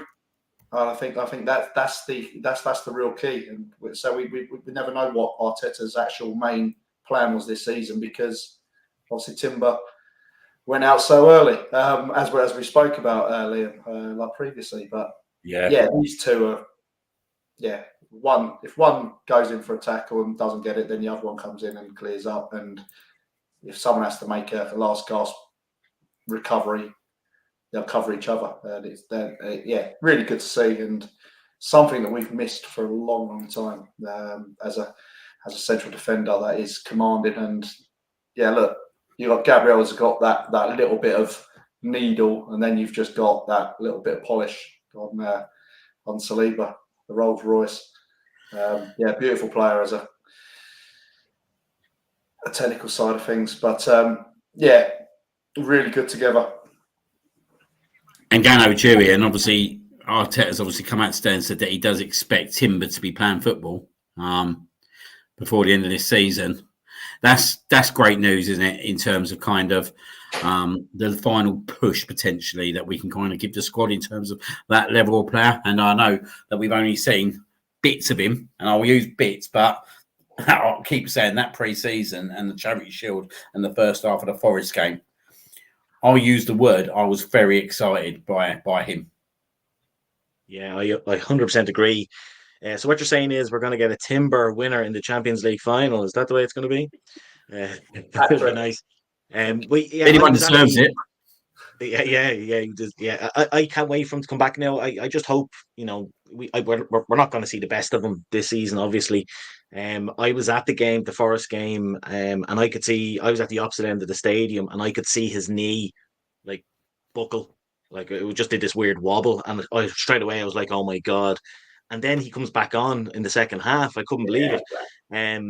But yeah, if ever there's a guy, and you touched on it as well, Liam, or maybe it was Bray, like you're saying that Arteta has a plan for him. We haven't even seen what could have been. We've been sensational in defence already this season. We've conceded 4 goals in 2024 in all competitions. That's insane, and that's without Timber. So it's really exciting to see what he is going to bring to an already incredible defensive unit. So yeah, I really hope he gets some meaningful minutes, but I just hope he doesn't. I hope there's no niggles or anything like that, and there's no further damage. I'll be honest, and we probably will need him before the end of the season. But if you said to me that we wouldn't see him for the rest of this season, but it would mean he would just be fully fit for the whole of next season, I'd take it. I'd shake your hand, I think. But that said, I wouldn't mind seeing him before the end of the season, so long as there's no repercussions. Yeah, I think the good thing is, isn't it? It's an incredible luxury that Mr. Arteta's got right at this moment of time in terms of that defence. I think Kibor has incredibly stepped up, and I think when you see the performances that he's producing, do you know what? I'll go back to him. I was going to retweet it the other day because I got a lot of shit when I put out a team that I would have played against Fulham. And there was only one difference in that team than what he played out yesterday, and that was Smith Rowe. And that was because we didn't have a fully fit party at the time. And to be honest, if you'd asked me a couple of weeks later after Jorginho's performances, that would have been my 11. But he was kind of like mocked Kibor at the back end of the coming in last year, coming into this year. But he's been a revelation in terms of the performances that he's shown. And Man City was a massive test for him, and we knew they were going to try and exploit that left-hand side. but they got pretty much nothing, did they, Bess, in terms of obviously what they probably would have expected. And yeah, he's still learning the ropes, but another solid display by himself. And I think he's definitely a player that's kind of played himself into Arteta's thinking moving forwards. Absolutely. The way he's drafted in, I mean, as I said in the previous podcast, I have nothing against Zinchenko, but this boy Kivior can certainly defend and defend well when he's called upon. He can just sit there, just think, you know what, come at me, you know, show me what you got. And totally on Sunday, as most people are saying, he had a quite quiet game. I don't think he had a quiet game. He did quite well on that left-hand side. Okay, we had the two rocks in the middle, of course, the main two, you know, Gabriel and Saliba. Benny Blanco had his wonderful game they needed to shut up those critics who criticize him for not playing for England, which is, I just think, is a bit silly, because it's not down to what people say. It's down to what the players, you know, going through. You know, they're human beings after all. They're not robots. But without obviously jumping to the conclusion, what about Kivior? Just keeps his head down. Nothing phases him. Just gets on with the job. And he does it well. Very disciplined, very alert. You know, he does it well. I love when he gets up, you know, when he gets trying to go forward. But somehow defensively, he's just another beast that we needed, you know, despite what being for him. And obviously our main left back, which is, as you know, Tomiyasu as well. He looked good when he came on. But I just thought in the last couple of months, Kivier's been immense. And I found nothing to say bad about him at all. No, definitely. No, it's something I put in the group earlier. It did kind of make me laugh for not the right reasons, but it's something I would definitely want to see if we was in a Champions League final, 1-0 up into the last 5 minutes. But this just shows you the strength of obviously our defence now, G. These are the kind of defenders that we potentially can rely on. And these are the kind of defensive midfielders that we can kind of rely on now moving into the end of the season. Now, not being funny, if you're defending a set piece with these guys, with Havertz up there as well, you're not expecting to score. You're not expecting to concede from a set piece, are you? No. And I think as well, they're the two areas we've probably lacked so much over the last decade or so, isn't it? We've never had the confidence really in the defensive side. I think that's where we've always struggled and been exploited over the years. So to have the stability now, and not just a setback four, but to have faith in the subs that can come on as well. Like obviously we haven't really seen Timber yet, but knowing what he can bring, and he doesn't necessarily start a game here and there. If he's fully fit, we don't know, do we? But and then obviously Tomiyasu, yes, he's had his injuries, but he's also a pretty rock solid defender on his day as well, isn't he? So it's nice that we, as I say, don't just have the back four. We have options to interchange things as well, and pretty much most of that back four can play in different positions as well. They're very versatile, aren't they? So it's a little bit extra that I think we've got. And obviously Rice has just changed everything for me.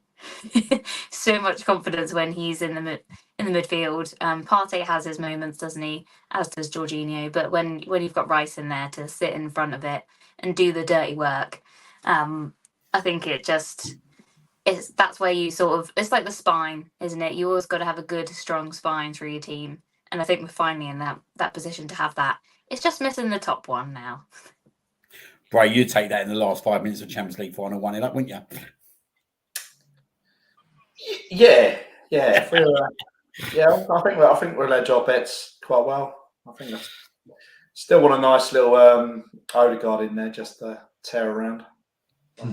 But just in this, mate, right? This is something like I think something G just superbly said well there in terms of I look at this defence and midfield now, and if Arsene Wenger had these players at his peril, especially in a couple of them seasons when we just fell short, definitely the 2008 season, or was it 2000? Yeah, 2008 season, and I think there was another one, wasn't there? A few seasons after.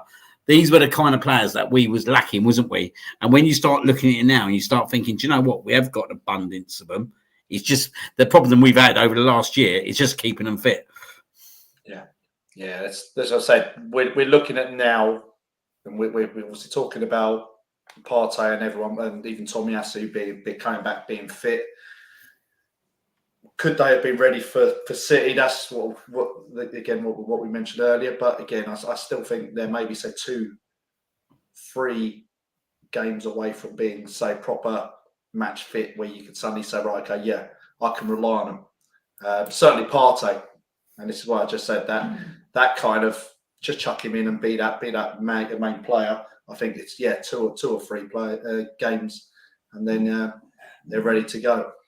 But it's a great time to maybe say have them all fully fit then, going into that last five games of the season. He's got to be rubbing his hands now, ain't he, Mr. Arteta? He's got to be sitting there thinking, come on, get these players in. Like, I think, go back over to you, kind of, Ian. Tomorrow night's a good admit for me. Is the best opportunity to play Thomas Partey. And I think Matthew Hudson said we can't underestimate Luton. Certainly can't, because I've seen teams today where people make 7-8 changes. Absolutely not for me. Like, we would need to realise what happened at Luton. We only beat them by a 96th-minute winner by Declan Rice. And they kind of terrorised us that night from set pieces, didn't they? So we are going to have to be physically at our best tomorrow night, just to kind of ensure that we don't make it a game like it was at Luton. Yeah, I fully agree. I've been saying this since the weekend, or even since last week, that we cannot sleep on the Luton game. And if we are going to rest players, like make it 2, 3 maybe, you need to take them very seriously. They are fighting for their lives at the bottom of the table. It's so tight down there. And yeah, we need to put out a very strong team at this point of the season. Like, we literally have 9 cup finals, and you're not resting players. You're not resting many players, if any, in the cup final. So I think we kind of we over or underestimate them at our peril, I think. And going over to you, Bess, who do you bring in tomorrow, if you bring in anyone? First of all, I want to see some rotation. I'll be honest with you, I want Saka to be, rested.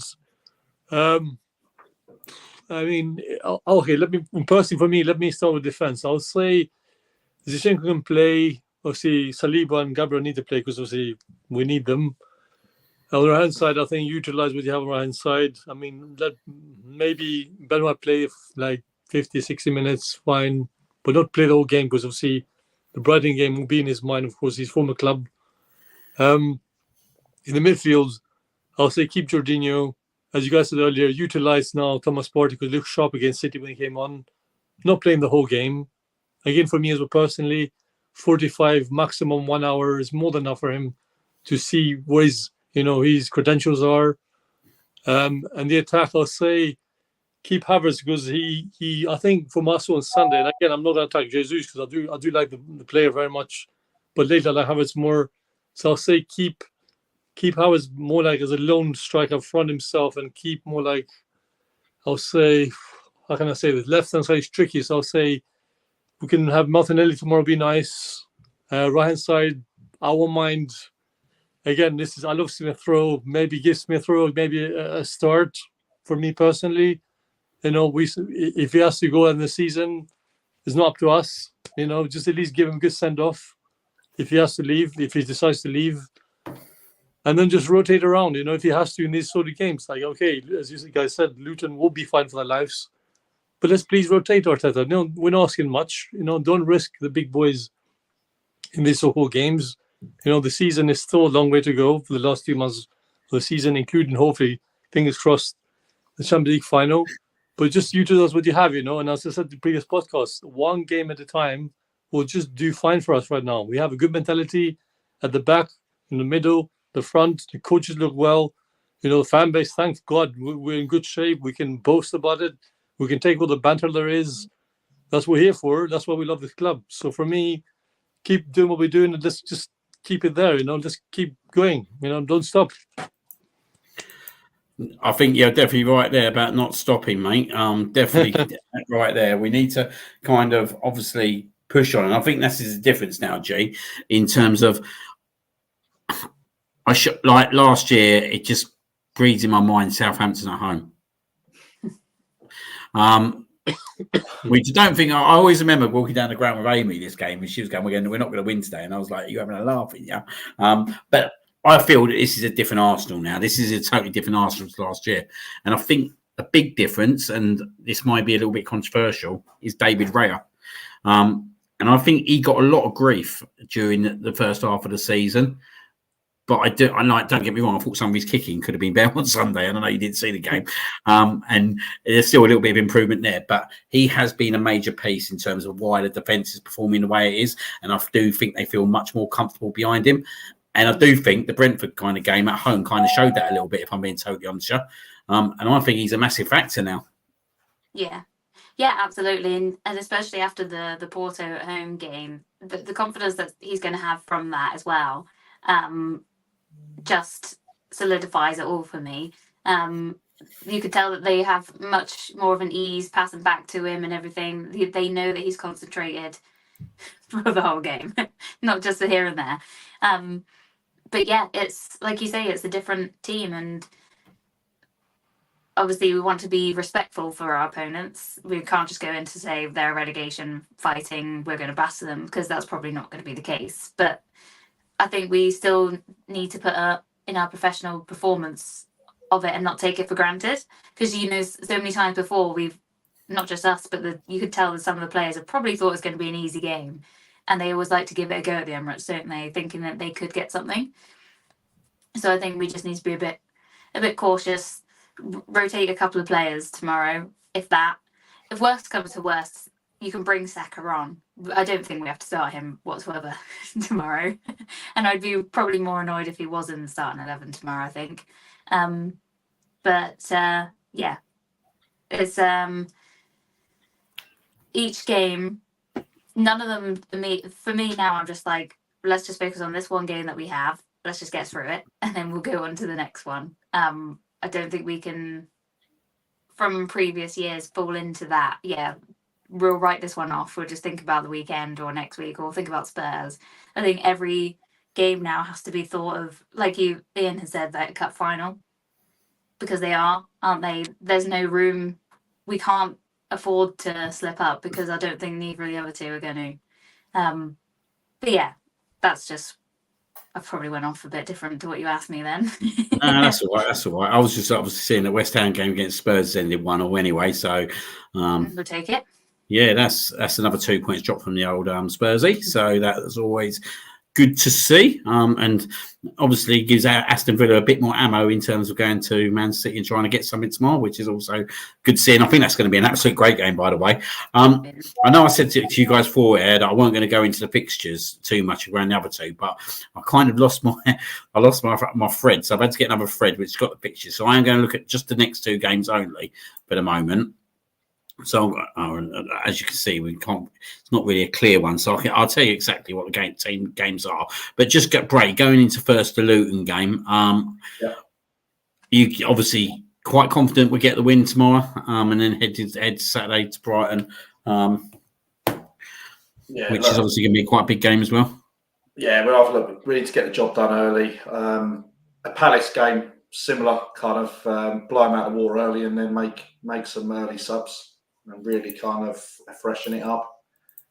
Give the game time. Luton have got like 13 odd players out, so they're going to be struggling as well. Really, I think they've got like about 4 or 5 kind of teenagers coming in as well. So they're not in the best shape in a small squad as it is. I expect us to get the result and should blow them out. Yeah, you'd like to think so, wouldn't you? Yeah. Saka and Martinelli tomorrow. Would you rest them tomorrow and have them on the bench potentially if we needed, or do you think maybe just one of them will start? No, I think get the job done. If you've suddenly come in at half time and you're 3-4-0 up, 4-1, whatever, then that's it. It's done. I'd rather have that than maybe say make the changes. It'd be KG 0-0 or potentially down. You know what I mean? Get to half time and you're suddenly like, you're then bringing on players to then try and win the game. And that's when you potentially might suddenly see potential injuries as well, because it now means that everyone's got to go that extra mile to try and claw something back. So I'd rather be in control of it, deal with it, and then, manage the game. And going over to you, Ian, obviously, yet again, you confident that we'll do the job first and foremost against Luton tomorrow, but also looking at Man City's game at Aston Villa tomorrow night, Liverpool, Sheffield United Thursday. You quite confident that all three teams are potentially going to get the 3 points this midweek? Yeah, I think us and Liverpool will win. I'm not taking Luton for granted, but we have enough about us to look after them. The City Villa game is an interesting one. If it had been at Villa Park, I'm just looking at fixtures there. If it had been at Villa Park, I'd nearly be confident of that being a draw. But I just think City at home, Villa are a little bit of a they're a surprise package this season. One week they're excellent, the next week they're just useless. So you can pray for a draw there. But my little worry for these fixtures this week is that that Liverpool are going to really claw back the goal difference. If they're well capable of putting 4, 5, 6 past Sheffield United. Like Sheffield United are relegated, they know it. And they're going to go to Anfield. They won't fancy it in the cold on a Wednesday night. And I think they're going to get walloped 4, 5, 6-0. And our goal difference will be wiped out. And it kind of puts a little bit of importance on our game tomorrow to maybe, score 3 or 4, win by 3 or 4 ourselves to keep us ahead in the goal difference. But if I was to put money on it, Liverpool, Arsenal win. And sure, why not? We'll go with a Man City Villa draw. That'd be nice, wouldn't it? That'd be really nice. I think the big thing as well for me is you talking about Man City is like when you get to the last 4 games, Man City actually had the easiest run in the last 4 games. So whatever legwork Arsenal and Liverpool can do is try and get in front of them at that point. I think this is the kind of games, isn't it, that Man City can potentially slip up. But I totally agree with you, Aston Villa. You never know really what to expect from them. And I don't really trust Unai Emery going away from home, if I'm being totally honest. That's probably my other problem, if I'm being totally honest, but you never know. But I think if there is to be a slip up this week, that could be the place where there is a slip up. Going over to you, Bess, just obviously on the Arsenal Luton game, you're confident of the 3 points? I am, but with a degree of caution as well, because you never know what team lineup they'll just throw in, and plus, as we saw in the away leg, just had Champions League in my head. In the away game, excuse me, I nearly got my words mixed up there. In the away game, he won 4-3, and then the critics were now back, and celebration police was on our backside, and for now, just need to do our business. As I said earlier, full steam ahead. That's all I want. And I think that kind of closes up the Arsenal-Luton game. We're just going to have a quick look ahead into the Saturday games. Obviously, we've got Brighton away at 5:30. Liverpool go to Crystal Palace, where there will be remembrance of old Istanbul. Or shall we? Istanbul, weren't it? That they called it. Where obviously they were 3-0 up at the time and 3-0, which ended their title race. So hopefully something strikes there. But also the big game of the weekend, obviously, is on Sunday as well, where Man United have got Liverpool. Now, obviously, Liverpool are going to want some big revenge after what happened in the FA Cup tie, where obviously they were winning late into that extra time period and then end up somehow losing 4-3. So this is going to be a massive weekend, in my opinion. I don't think they're easy games for anyone. I expect personally Man City will go and get a job done at Crystal Palace. I think they'll do that quite comfortably. I do think Brighton Arsenal. I look at this game and I don't see us losing there. If I'm being totally honest, I don't see us losing there. But I think we need to start fast, and we've done that before. Brighton started fast, and it's been quite comfortable. So I think if we get a quick start, then I think the game could be over pretty early on. But it's getting the game over and done with. But for me, it's a massive game for us because we can't afford to be slipping up there, especially at this part of the season, because we're already 2 points behind Liverpool. And then you look at the Man United Liverpool game at the weekend. That's probably the big game for everyone, and we're all unfortunately Man United fans this weekend. I'm hoping they can get a job done for us, which we'll wait and see. So I'm going to go over to you first, Bray, on this one. What do you see from these weekend games? I think we will get the win. Yeah, I see it again. Lunchtime kickoff, maybe for City. There's always that potential of a sleepy kind of away team, certainly travelling down. But I imagine they'd have been in the hotels anyway the night before. So yeah, Man City should be winning that. That Man United probably, if they're going to want a proper performance in, aren't they? They do not want Liverpool to be anywhere near that title. So I think United could sneak that 2-1. That would be brilliant, wouldn't it? Yeah, I think they might sneak that 2-1. Might have a really good game, but other than that, look, there's no other meaningful games really, is there? Really? No, well, they're the two games now, aren't they? Moving into kind of the week after, where I'm not even going to look that far ahead at the moment. But obviously, these two games kind of push us into that period where we start looking at, in terms of bringing back in players like on a full-time basis. I think as we spoke about, I think Luton and the game being quite close to each other, potentially we might see a Thomas Partey start tomorrow night and maybe Jorginho on Saturday. But I think potentially then, after moving out that period, and then we go into the Bayern Munich game, I'm going to go with you, G. Do you think we could start seeing Thomas Partey starting? For me, for us to have an opportunity to win this title, I believe that we need Thomas Partey in there between now and the end of the season. Yeah, I completely agree as well. Thing is, he's got to get some minutes somewhere, hasn't he? So more importantly, tomorrow is maybe the time to do so, to get him ready for it. But yeah, as we've always said, we're going to need every single player in some sort of capacity, even if they come on for 5-10 minutes to shut things down and just give us fresh legs. So I think he'll be important. Because as not as good as Jorginho has been, we all know that he does have a tendency to not be as great.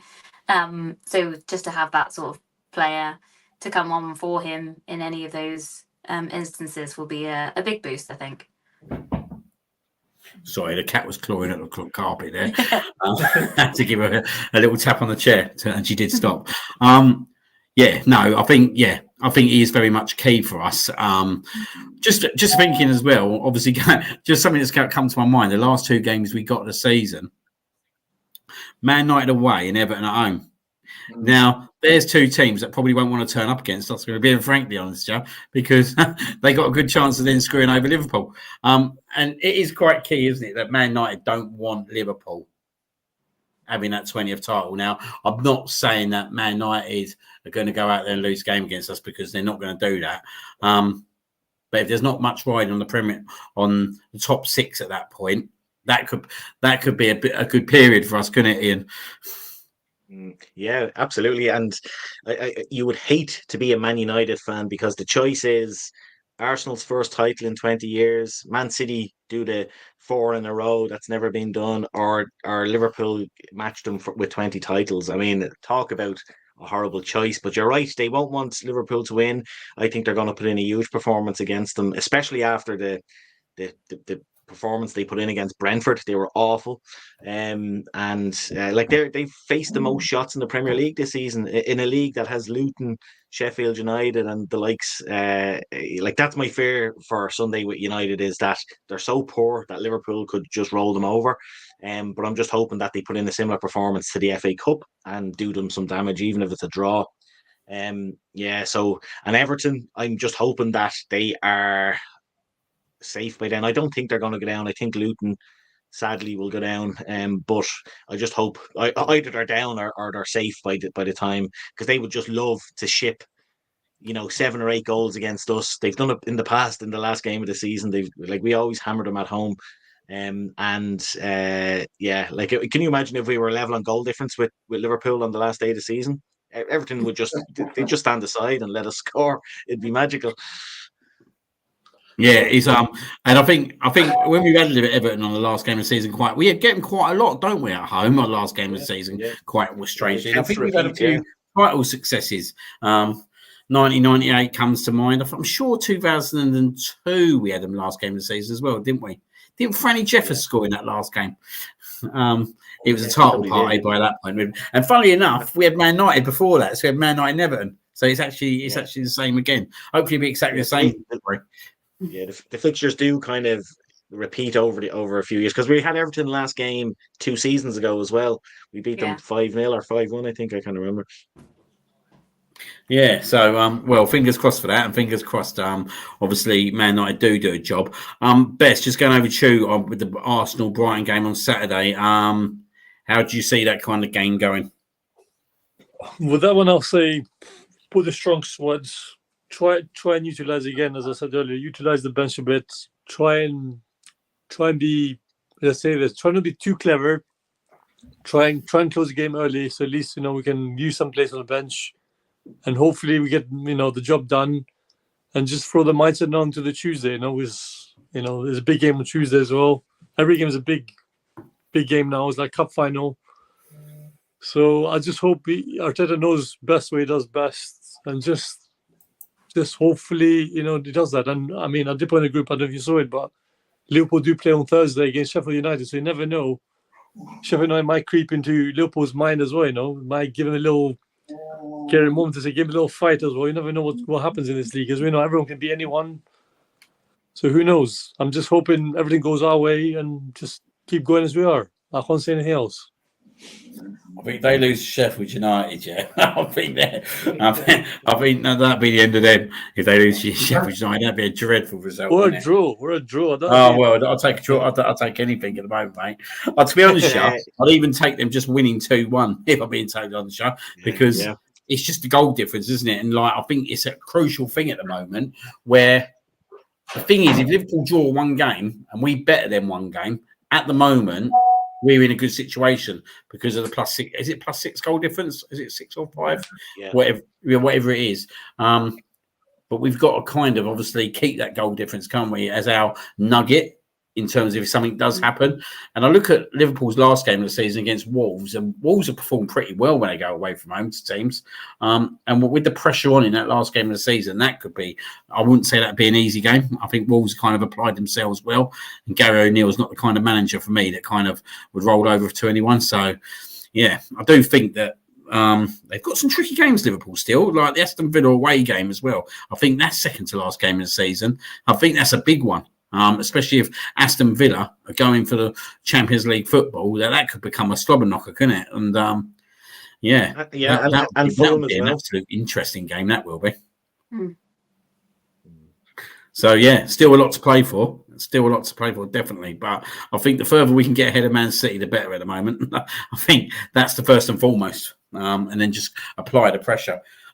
Sparks, and obviously the biggest game that kind of stuck right in the middle of everything is the Spurs game, isn't it? And I'm sure we'll all agree on that. Spurs ain't going to want to roll over to us, and obviously they're going to want to end our title kind of hope. So that's going to be a ding dong, in it, Bray. That's going to be an absolute ding dong. Yeah, it will be. Yeah, it's look, they've got to play everyone, haven't they? And this is the thing, but it could be a Spursy moment again, couldn't it?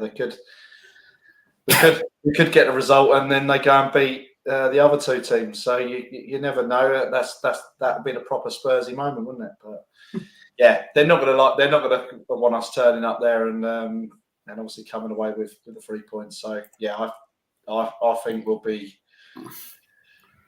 I don't know if we're not up for it. It could be a very long game, and we've seen some of the games they've played. They do look, when they turn the screw, to be quite dangerous. But if they want to play football, when that will play into our hands as well, because we'll counter attack them, and we'll be a bit more better set up and be able to deal with it. But as I say, like on the weekend, if we can do what we've just done against Man City and kind of keeping it tight and then looking to kind of move forward, then so be it. They're not going to have the same amount of ball as what City had. So look, it's a one-off game, cup final. No, that's the buzzword. That's the buzzword. I would say there's Yeah, 9 that's cup finals, but there's a lot more. There's more than that at the moment. There's at least 11. Yeah. Obviously, Sparks saying, and this is an interesting one, isn't it? Both the top 4 challengers have all got to play each other between now and the end of the season. So Aston Villa and Spurs definitely could have massive effect in terms of where the title does end up. So that would be quite interesting. And both, obviously, Liverpool and Arsenal got to play Manchester United as well. So, yeah, some obviously massive games still to arise. And I think, yeah, we'll see by this time next week. Well, it won't be this time next week because we'll be finished at Bayern Munich, won't we? I'll probably be on some tube or train heading home, hopefully happy that we've half done the job. But yeah, we'll probably be on at some point next week and decide what day that will be. And yeah, we can decide what's kind of gone on in terms of the next 3 games. So it does all come thick and fast. But the last part of the show, quickly, I just want to get your score predictions for the next 2 games. So I'm going to go first to you, Ian. Luton and Brighton. What are you predicting? I'm going to go 3-0 Luton. 3-0 to Arsenal against Luton. Thank God for that, mate. Just make sure that's clear. And then I'm gonna trust. I watched the first half of the Liverpool against Brighton game, and Brighton were good. Now Liverpool play such a style of football; it's a basketball game, so maybe they made Brighton look good. But I'm comfortable with our defence that will be solid enough. I'm gonna go 3-1 Arsenal away at Brighton. Cool. Over to you, G. Yeah, I'm going to go 3-0 as well tomorrow. But I think I'll go 2-0 Saturday. Brilliant. Bray, yourself? 5-1. Luton. That is to us, obviously. Yeah. Yeah, I think I'll say probably 3-1 on Saturday. And last but not least, well, you ain't last because I'm going to have my prediction, but yourself, Bess? I'll change it from Sunday, as Bray knows, but I'll make it 4-0 tomorrow. 3-1 on Saturday. So, yeah. And I'm going to go tomorrow. I'm going to go 4-0 tomorrow. And I think I'm going to go 3-1 Saturday. But I do think it could be anything Saturday. I think there will be goals in that game Saturday because I think the way Brighton and Arsenal play, there's always goals. So yeah, I expect a bit of a goal fest game there. So yeah, I'm hoping for 6 points out of 6 heading into the Munich game. Obviously, just I want to say thank you very much from all you guys tonight for attending the show. Also, George, that was on earlier. Thank you very much, both to George and G, for kind of revisiting the emotions of Sunday and the cup coming home to the ladies' team, which was great. Yeah, thank you. And obviously, thank you, gentlemen, for obviously holding up with the first part, but also kind of supporting us with the chat, but also discussing, obviously, the Man City game and the title race. So thank you very much. I also just want to thank everyone in the chat tonight who's been in. Really good to kind of have you guys on as always. And please stay tuned in for all the shows coming up. I know we've got an Arsenal Luton show tomorrow. Unfortunately, I'm not at a game tomorrow. Still on paternity leave, guys. Got to be a good boy, and keep the bonus balls in the pocket for the Munich game. So I'm going to be watching it from home tomorrow night. So I am going to be joining Ryan for a watch along tomorrow night. So I'm sure that will start right around 7:00. So if you're not at the game, obviously join us. And yeah, hopefully it won't be like Luton away, where obviously I got a good telling off after the game by Sarah for celebrating a 97th minute winner and waking up the whole household. So hopefully that won't happen tomorrow night. But yeah, thank you very much. In terms of yourself, Bray, what shows you got coming up, mate? I think we've got Jonesy's WWE. Oh, yeah, we'll discuss that. Yeah, that's he's obviously got his Road to WrestleMania tour going on. So yeah, he's going to have his show coming up before the main event. What we got? We got George's. He shows Thursday as well. Yeah, so we've got that. Johnny Gooners. We've got loads of shows. Yeah, John Goodness, all Arsenal showing it. Yeah. So it's all kicking off. So yeah, make sure just drop us a sub on the In the North Bank channel. Liam will sort the link out, and Ryan will sort the link out. Come and get involved, and come and join the shows, because some good stuff from all the contributors. So it's all good. Yeah, definitely. Just to go on to that, so I'm going to do a bit of a rolling order on it. So tomorrow night we got the watch along on obviously the Mr. Arsenal podcast channel, which is this channel, and I'm sure that will start around 7:00. So kind of join myself and Ryan for that show. On Thursday on the In the North Bank channel, we've got the Johnny Gooner show, which is a new show, which is going to start up at 7:30.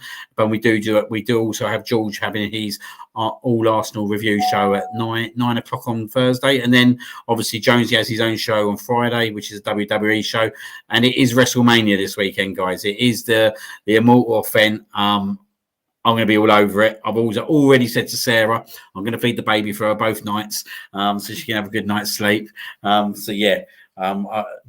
Obviously, we're expecting some big things on them watch-alongs.